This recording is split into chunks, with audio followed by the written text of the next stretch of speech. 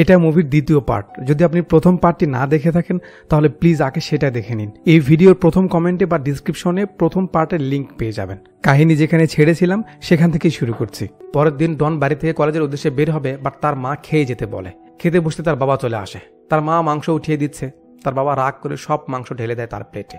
এরপর বলে, তুমি জানো ও কি করেছে? বারবার আমায় বলছো না আমার কি হয়েছে, আমি সেদিন কেন গিয়েছিলাম, কি হয়েছে?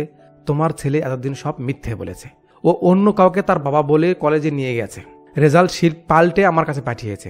আর সব থেকে বড় বাটপারি করেছে, ও আমায় মিথ্যা বলেছে। খাওয়াও, আরো বেশি করে খাওয়াও। ডন কাঁপা কাঁপা গলায় বলে, বাবা আমি ইঞ্জিনিয়ারিং করব না, আমার দ্বারা এটা হচ্ছে না। আমি অন্য কিছু করে নিজের পায়ে দাঁড়াতে চাই।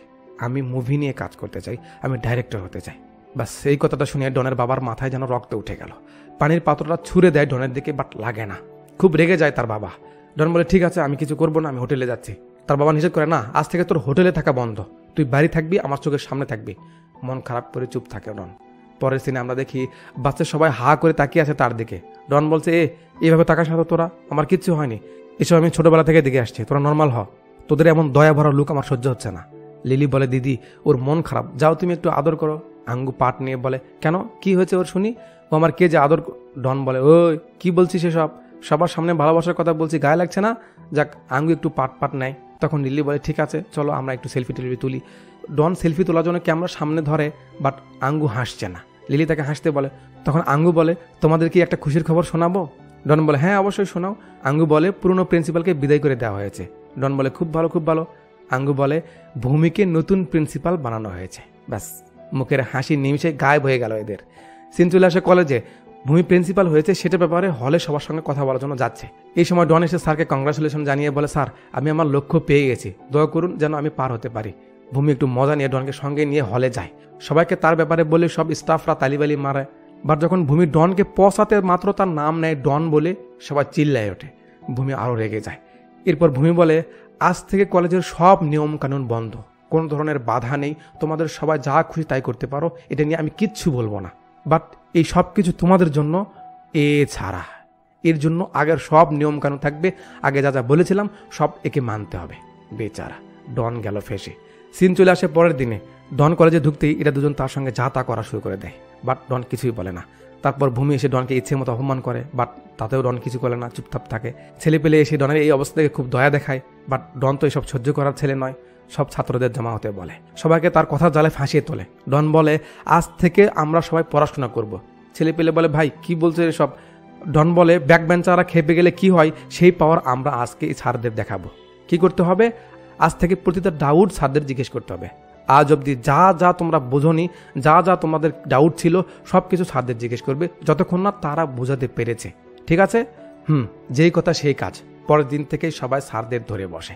এতগুলো ছাত্ররা একসঙ্গে আসাতে মাস্টাররা বিরক্ত হয়ে পালাতে থাকে। এইভাবে সব সময় ছাত্ররা মাস্টারদের বিরক্ত করতে থাকে। ফোন করে, বাসে, যে কোনো সময় যে কোনো স্যারকে যে কোনো ব্যাপারে জিজ্ঞেস করা শুরু করে দেয়। তখন সব স্যাররা বিরক্ত হয়ে ভূমির কাছে গিয়ে ছুটি চায়। ভূমি বলে, সবাই একসঙ্গে। এরা সব ঘটনা খুলে বলে যে ডন এদের পিছনে লাগিয়েছে। ভূমি বলে, বাট এতে ওর লাভ কি? সিন চলে আসে ডনের কাছে যে একটা স্যারের পিছে পিছে ঘুরছে ডাউট ক্লিয়ার করতে, বাট স্যার পালাচ্ছে। এটা দেখে লিলি এসে বলে, ডন তুমি কি সত্যিই পড়াশোনায় মন দিয়েছ? ডন বলে, আরে না পাগলি, ওই যে দেখ ওই দিকে। লিলির সঙ্গে সঙ্গে আমরাও দেখি ডন এইসব কিছু প্ল্যান করেছে, এসব কিছু শ্যুট করা হচ্ছে।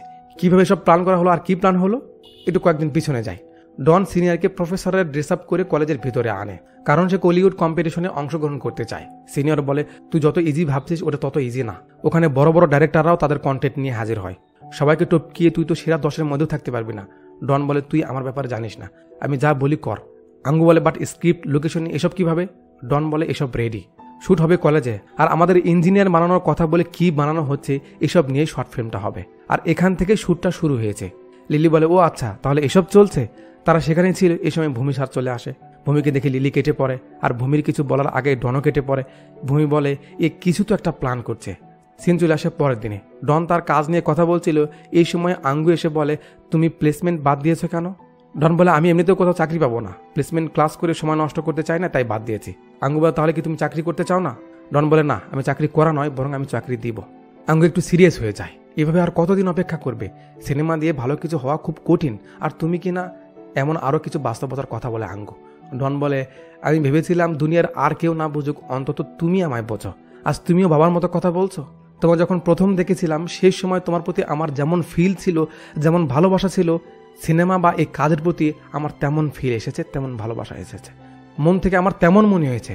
আর তুমি এটাকে বুঝতে পারলে না? ঠিক আছে, তুমি মন খারাপ করে ডন সেখান থেকে চলে যায়। পরের সিনে আমরা দেখি এই স্যার ভূমি স্যারকে বলছে, স্যার সব স্টুডেন্টদের পরিবারকে চেয়ারম্যানের কাছে নিয়ে আসা হয়েছে, আমাদের ডাকছে। ভূমি বলে, কেন কেন কি হয়েছে? সেন চলে আসে এমডির কাছে। আন্টি বলছে, এতদিন আমরা আমাদের ছেলেদের দোষ দিয়েছি, বাট এখন তো আপনারা শিক্ষকরাই পারছেন না। ভূমি বলে, বাকিরা বোঝে, আপনার ছেলেরা বোঝে না কেন? আমরা কি সব ছাত্রদের পিছিয়ে একজন করে শিক্ষক লাগিয়ে রাখবো? এই চাচা মিয়া বলে, স্যার এমন নয় যে আপনারা পুরো ক্লাস মিলিয়ে 1.5 লক্ষ টাকা নেন, প্রতি স্টুডেন্টের মাথা পিছু আপনারা 1.5 লক্ষ টাকা করে নেন। তবে সমস্যা কোথায়? বাস এমডির রিয়াকশন আর পিছনে ব্যাকগ্রাউন্ড মিউজিক। উফ, কঠিন। এ বলে, স্যার এদেরকে কেউ উস্কিয়ে এখানে এনেছে আমার মনে হচ্ছে। বাস এন্ট্রি হয় ডনের।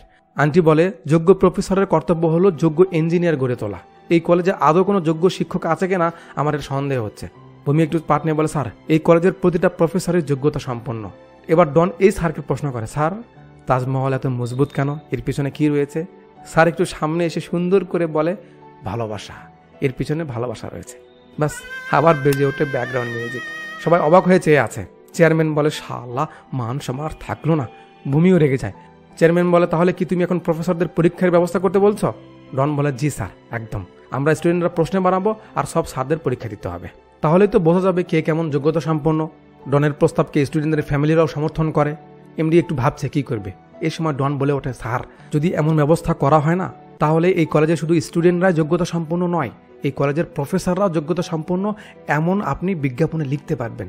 বাস বিজ্ঞাপনের কথা শুনে এমডি বলে, ঠিক আছে ব্যবস্থা করো, যারা পাস করবে তাদের স্যালারি বাড়িয়ে দেওয়া হবে। ডন বলে, স্যার যারা ফেল করবে তারা? এমডি বলে, যারা ফেল করবে তাদের বের করে দেওয়া হবে। এটা শুনে এরা একেবারে আটকে যায়। আর সিন কাট হয়ে চলে আসে পরের দিনে লাইব্রেরিতে। সবাই পড়াশোনা নিয়ে ব্যস্ত, সব স্যারেরা। এরা এসে একটু পাঠ নিয়ে বলে, এখানে কি মাছের বাজার নাকি? এত পড়ার আওয়াজ হচ্ছে কেন? সুযোগ পেয়ে বেশ পাঠ নেয় এরা। এভাবে 2 দিন পর এক্সাম শুরু হয়। সবাই হলে ঢুকছে। ডন ম্যাডামকে বলছে, ম্যাডাম হল টিকিট কোথায়? ম্যাডাম বলছে, উফ ভুলে এসেছি বাসায়। ডন বলে, 1 ঘন্টার মাঝে আপনার পরিবারকে নিয়ে এখানে হাজির হন, যান সাইড হন। ম্যাডাম তো মানে পুরো ফায়দা নিয়ে নিচ্ছে এরা। এরপর মজা লাগে এখানে, স্যার ধ্যানে আছে, এরা এসে হাজির স্যারের সামনে। স্যার এমন একটা অসহায় মার্কা লুক দিয়ে বলে, তোমরা যাও, আমি সত্যি বলছি, আমি নকল করবো না, টুকলি করবো না। কপাল, এরা নড়ছে না। স্যার বলে, আসলে পড়েছিলাম বাট এখন মনে পড়ছে না, মনে হয় ভুলে গেছি। এবার বুঝতে পারছেন আমাদের কি হয়? কোনো কথা না, লিখুন। যাক, পরীক্ষা শেষ হয়। ডন খাতা জমা নিচ্ছিল। এই সময় সামনে আঙ্গু আসে। সেদিনের পর থেকে ডন তার সঙ্গে কথা বলেনি, তাই এসেছে। বাট ডন কথা বলছে না। একটু পর সেখানে ভূমিও চলে আসে। এদিক সেদিক দেখতে থাকে। এদিকে সিনিয়র এইসব কিছু ভিডিও করছে। বাস অল্পের জন্য বেঁচে গেল। সিন চলে আসে রাতে। সিনিয়র ডনকে কোথাও এনেছে। ডন বলে, আরে কোথায় আনলি আমায় বল। সিনিয়র বলে, তুই ডাকলে আমি কোনো কারণ জানতে চাই? তুই যেখানে ডাকে সেখানেই তো আমি যাই। তো এখন আমি ডেকেছি, চুপচাপ এখানে দাঁড়া। সিনিয়র চলে গেলে ডন এদিকে লক্ষ্য করে দেখে আঙ্গু সেখানে। সামনের দিকে যেতেই দেখে আঙ্গু সরি বলে ইমপ্রেস করার ব্যবস্থা করেছে। যাক, এখানে দুজনের মাঝে কথাবার্তা হয়, একে অপরের প্রতি আরও ভালোবাসা প্রকাশ করে। এরপর গান হয়। গান শেষে ডন আর সিনিয়র হলে যায় তার ফ্রেন্ডদের কাছে। বাট সেখানে গিয়ে দেখে অন্য পরিবেশ। ডন ভালো করে লক্ষ্য করে দেখে তাদের কেউ মেরেছে। ডন জানতে পারে ওর বিরোধী ছেলেরা এসে তাদের মেরে ক্যামেরা নিয়ে গেছে। ডন রেগে গিয়ে চলে যায় ওদের আস্তানায়। এরপর হালকা মারামারি শুরু হয়। সবাইকে মেরে শেষে সবাইকে ফিনিশিং দিতে যাবে। ভূমি বলে ওঠে, কাট। ডন দেখে ভূমি সিনিয়রকে ধরে ফেলেছে। এরপর ডন কাছে এলে ভূমি বলে, আর ফাইট করতে হবে না, যা করেছ এইটুকু তোমার বাবাকে দেখালে কাজ হয়ে যাবে। এবার তোমার খেলা পুরো দমে শেষ। ডন এবার ঠেলায় পরে রিকোয়েস্ট করতে থাকে, sir sir sir please sir please sir please sir please sir. ডনের মুখে এমন অনুরোধ শুনে ভূমির যেন কলিজা ঠান্ডা হচ্ছিল। ভূমি খুব মজা নেয়। তারপর বলে, তোমাকে আর কেউ বাঁচাতে পারবে না। আর ইবু, ডনের বাবাকে ডেকে পাঠাও সকালে। এসব বলে ভূমি যাচ্ছিল, তখন ডন বলে ওঠে, স্যার যখন আমার কলেজে থাকাই হবে না, যখন আমার সব শেষ, তাহলে আপনাকেও আমি পাঠিয়ে দিব ওপরে। এ বলে গান বের করে। সবাই ভয় পেয়ে যায়। ভূমি বলে, নকল গান দিয়ে আমাকে ভয় দেখাচ্ছিস? ডন গান চেক করার জন্য এদিকে করে, আর আমরা দেখি এ এখানে লুকিয়ে আছে বাটুল নিয়ে। যেই ডন শুট করে সঙ্গে সঙ্গে এই লাইট ফেটে দেয়। বাস এবার ভূমি সহ সবাই ভয় পেয়ে যায়। এবার ভূমি অনুরোধ করতে থাকে, ভাই ভাই ভাই ভাই। তারপর স্যার স্যার স্যার স্যার। তারপর Don sir Don sir Don sir please sir please sir. ভূমির এমন করা দেখে ডনও তার মতো মজা নিতে থাকে। বারবার তাকে অনুরোধ করায়। ডন বলে, আমি আপনাকে ছাড়ছি না। যেই সে গান ত্যাগ করে, এদিক থেকে একজন এসে বলে, গান মনে হয় পাল্টে গেছে, দেখ। বালা দেখে আসলেই তো এদিকে ডন শুট করবে, ওদিক থেকে বালা দৌড় দেয়, ডন ওটা আসল গান পাল্টে গেছে। ডন গুলিও করে, বালা সে তার হাত ধরে ফেলে, বাস গুলি লেগে যায় বালাকে, সঙ্গে সঙ্গে বালা মাটিতে পড়ে যায়। এটা দেখে ভূমির তো হুঁশ উড়ে গেছে, কি হলো এটা? ডনের কোনো শব্দ নেই। আস্তে আস্তে নিচে হয়ে দেখে রক্ত বয়ে পড়ছে, মানে বালা মারা গেছে। ডন আবার গান তাক করে, সে কাউকে ছাড়বে না, কাউকে ছাড়বে না। ভূমি আবার অনুরোধ করা শুরু করে। একটু পর ডন আবার শুট করে আর স্ক্রিনের আলো অফ হয়ে যায়। এরপর যখন আলো ফিরে আসে, ভূমি দেখে সে তো ঠিকই আছে, তার কিছু হয়নি। কঠিন অভিনয় করেছে এই লোকটা। পরিবেশ শান্ত। ডন বলে, যখন আমরা কলেজের ভিতরে ঢুকি আপনারা সব চেক করেন সব ঠিকঠাক আছে কিনা, শু ঠিকঠাক পড়েছে কিনা, আইডি ঠিকঠাক আছে কিনা, বাট সন্ধ্যায় ফেরার সময় আপনারা দেখেন না আমরা ভালো আছি কিনা। আরে জোর করে কি কাউকে ইঞ্জিনিয়ার বানানো যায়? আপনারা সবসময় ভালো স্টুডেন্টদের কেয়ার করেন, আমাদের কোনো খেয়াল নেই আপনাদের। ভালো স্টুডেন্টরা তো পড়াশোনা করে সব করতে পারবে, বাট লাস্ট ব্রেঞ্চারদের জন্য যদি আপনারা খেলাধুলা, নাচাগানা বা অন্য কোনো একটা এক্সট্রা এফোর্ট না দেন, তাহলে এদের কি হবে? আপনারাই একমাত্র পারেন এই শিক্ষার ধারা পরিবর্তন করতে। আর যতদিন না পড়াশোনার এই গতি পরিবর্তন হবে, ডন আঙ্গুল তুলেই যাবে সমাজে। কাট। বেঁচে ওঠে বালা। তার মানে এই সব কিছু নাটক ছিল। ভূমি এখনো সেরে উঠতে পারেন যে এই সব কিছু নাটক ছিল। ডন বলে, স্যার আমাকে তো কলেজ থেকে বের করে দিবেনি, বাবা বাড়ি থেকে বের করে দিবে, তাই আমি আমার গল্পের ক্লাইম্যাক্সটা এভাবে সাজিয়েছি। ভূমি চুপ, কোনো কথা বলছে না। ডন বলে, আরে স্যার কিছু তো বলুন। বালা সস ফেলে দেয় স্যারের পায়ের সামনে, স্যার দেখুন এসব নকল রক্ত। এরপর ডন যে আবার গান দিয়ে ধমক দেয়। ভূমির পায়ের সামনে থাকা সসে পা লেগে ভূমি স্যার চটকে পড়ে যায়। স্লো মোশনে পড়ে যাওয়ার সিনটা দেখায়। স্যার পড়ে গিয়ে তার মাথার নিচের অংশটা লেগে যায় এই পাথরের উপর। বাস মজা করতে করতে বিশাল সিরিয়াস ঘটনা ঘটে গেল এখানে। সবাই হতবাক। তাড়াহুড়ো করে স্যারকে হসপিটালে আনা হয়। কিছুক্ষণ পর এমডি এসে পড়ে। কাজ শেষে ডক্টর বের হলে সবাই জানতে চায় স্যার কেমন আছে। ডক্টর বলে, ভয়ের কিছু নেই, স্যারের ঘাড়ের সামান্য চোট পেয়েছে, ভাগ্য ভালো একটু উপরে লাগেনি, কয়েকদিনের মাঝে সেরে যাবে, চিন্তার কিছু নেই। এমডি ডনকে বেশ কথা শোনায় আর বলে, এর সঙ্গে যারা যারা ছিল সবাইকে সাসপেন্ড করে দাও। ডন বারবার স্যারকে বোঝানোর চেষ্টা করে, স্যার এটা একটা অ্যাক্সিডেন্ট ছিল, আর দোষ হলে সব আমার, প্লিজ বাকিদের কিছু করবেন না। এমডি বলে, কলেজের নামে বদনাম ছড়ে গেছে, আমি তোমাকে ছাড়বো না। রাতে বাড়ি ফিরে ডনের বাবা তার ল্যাপটপে আগুন লাগিয়ে দেয়। ডন নেভানোর চেষ্টা করছে, আর ওদিকে তার বাবা তাকে বকে যাচ্ছে যে তোকে দিয়ে কিচ্ছু হবে না, বারবার বারণ করেছি শুনিসনি, আজ তোর প্রফেসরকে খুন করতে গেছিলি। বাস এবার রেগে যায় ডন। আমি কাকে মেরেছি? আপনি দেখেছেন আমি কাকে খুন করেছি? আর খুন তো করেছেন আপনি আমার মনটাকে। ছোটবেলায় জোর করে স্কুলে পাঠিয়েছেন, আমার চোখের পানি আপনার চোখে পড়েনি। জ্বরে পুড়ে যাচ্ছিল আমার গা, তবুও আপনি আমাকে স্কুলে পাঠিয়েছেন। ফেল করার জন্য আমার মাথা ন্যাড়া করিয়েছেন। আর এর থেকে ভালো হতো যদি আপনি আমায় মারতেন, সহ্য করে নিতাম। বাট স্কুলে সবাই আমাকে কতভাবে খেপিয়েছে আপনি জানেন না, এটা আমি জানি। আমি আপনার ছেলে পড়ে গেছে সাইকেল নিয়ে, আর আপনি আমায় না ধরে সাইকেল উঠিয়েছেন। আর সাইকেলের মতো ভালোবাসা যদি আপনি আমায় দিতেন, তাহলে আজ আমায় এসব করতে হতো না নিজের স্বপ্নের জন্য। এভাবে আরও বেশ কিছু কথা বলে ডন। ডনের বাবা কোনো কথা বলে না, চুপচাপ থাকে। ডন সেখান থেকে চলে যায়। সিন চলে আসে সকালে। ডন রাগ করে বাড়ি থেকে চলে এসেছে সিনিয়রের বাড়িতে। আগের সব ডাটা পুড়ে গেছে, এবার কি করবে এসব নিয়ে ভাবছিল।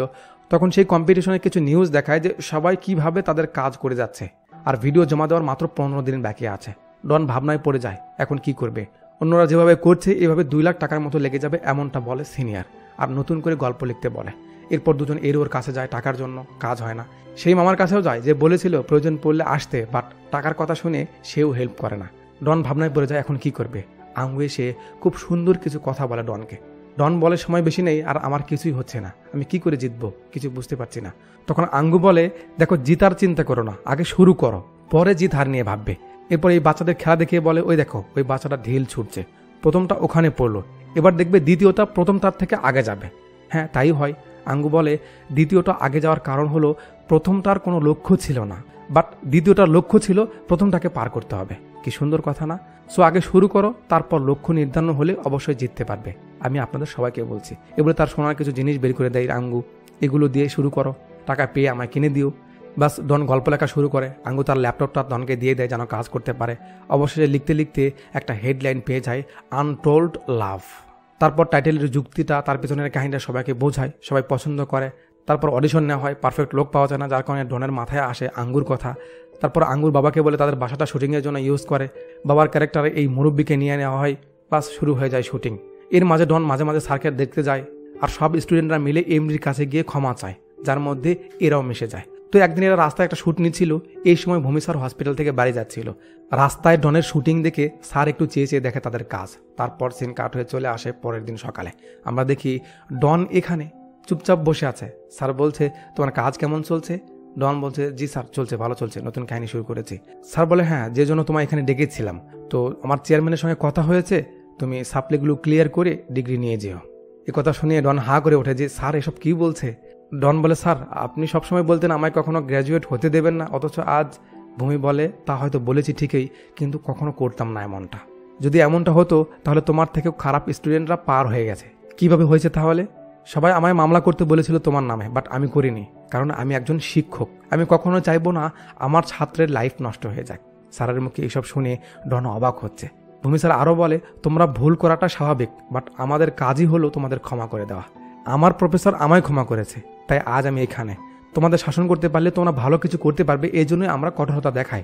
তো যা বললাম মাথায় রেখো, সাপ্লিগুলো ক্লিয়ার করে গ্র্যাজুয়েট ডাইরেক্টর হয়ে, ঠিক আছে? যাও। স্যারের কথা শুনে ডন বোবা হয়ে গেছে, কিছু বলতেও পারছে না, যেন নড়তেও পারছে না।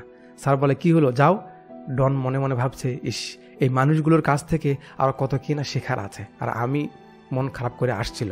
স্যার আবার ডেকে বলে, এই শোনো, কলেজে যদি শুটিং করার থাকে তাহলে আমার কাছে এসো, আমি তোমায় পারমিশন দিয়ে দিব। ডন আর কিছু বলতে পারছে না, স্যার চেয়ে আছে। আমরা দেখি ডন তার চোখের পানি ধরে রাখতে পারছে না।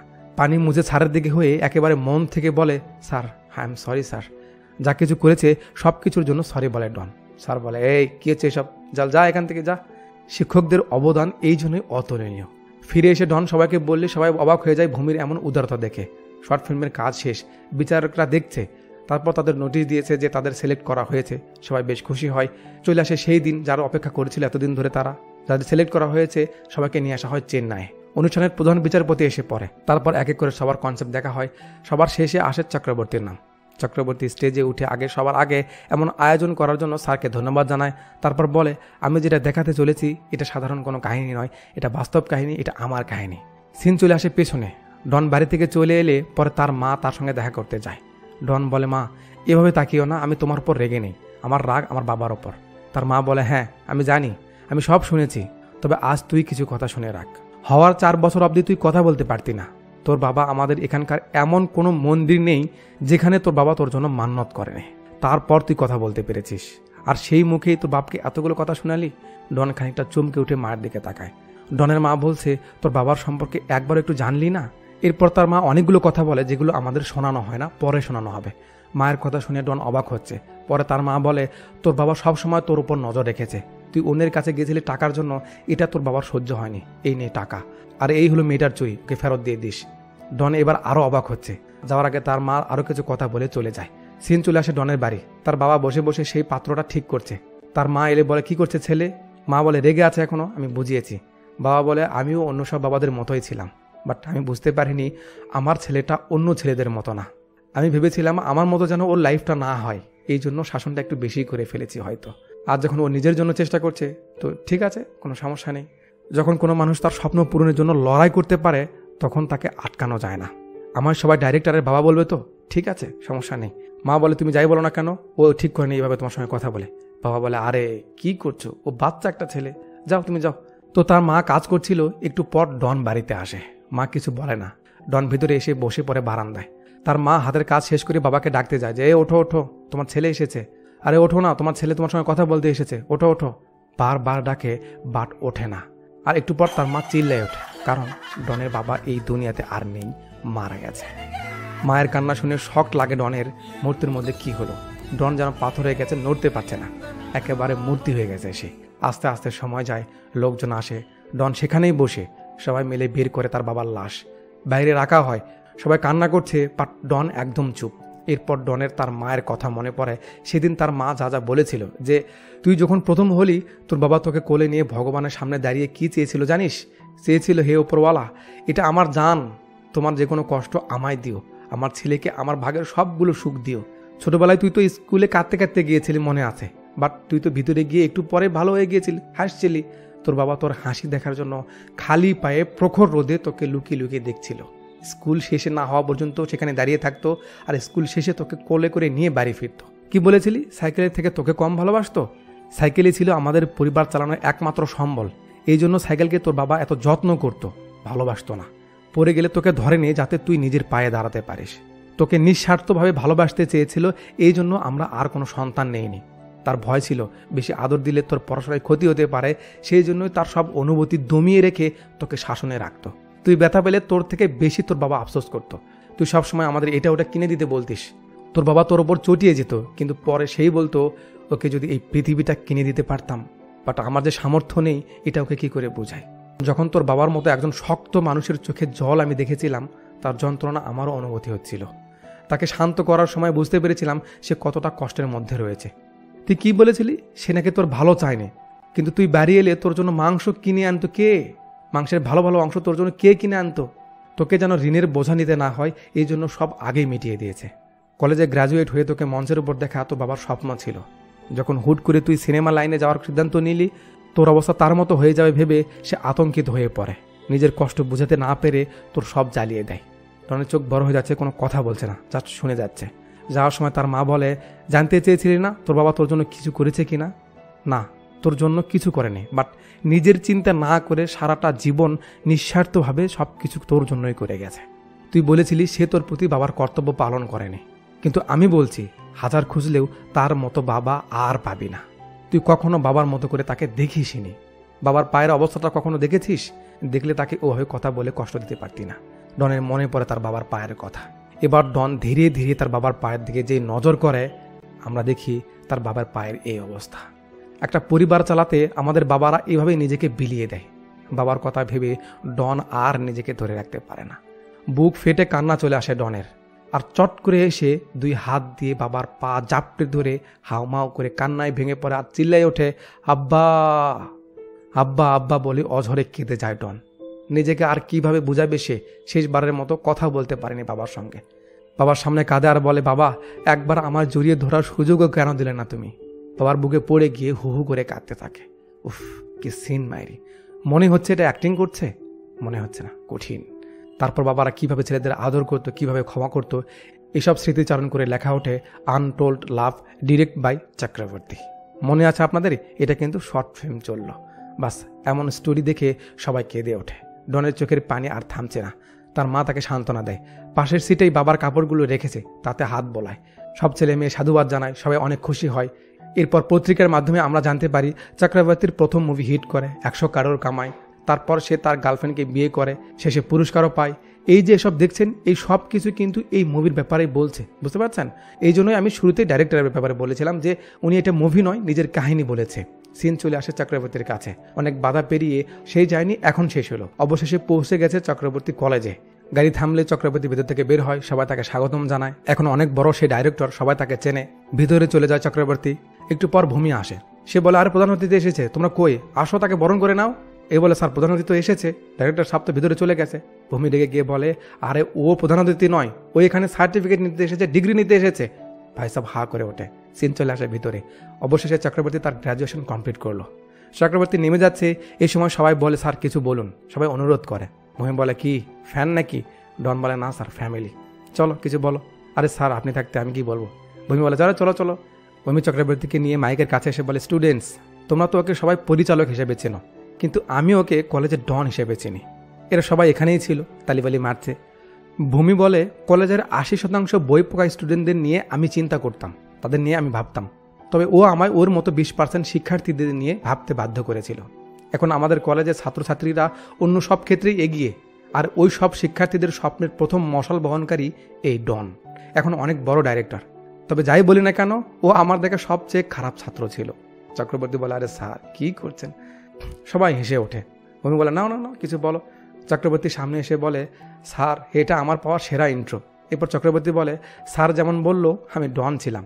ক্লাসে শেষে বসতাম, সব ধরনের দুষ্টামি করতাম, রেজাল্ট বদলে ফেলতাম, মেয়েদের ঝাড়ি মারতাম।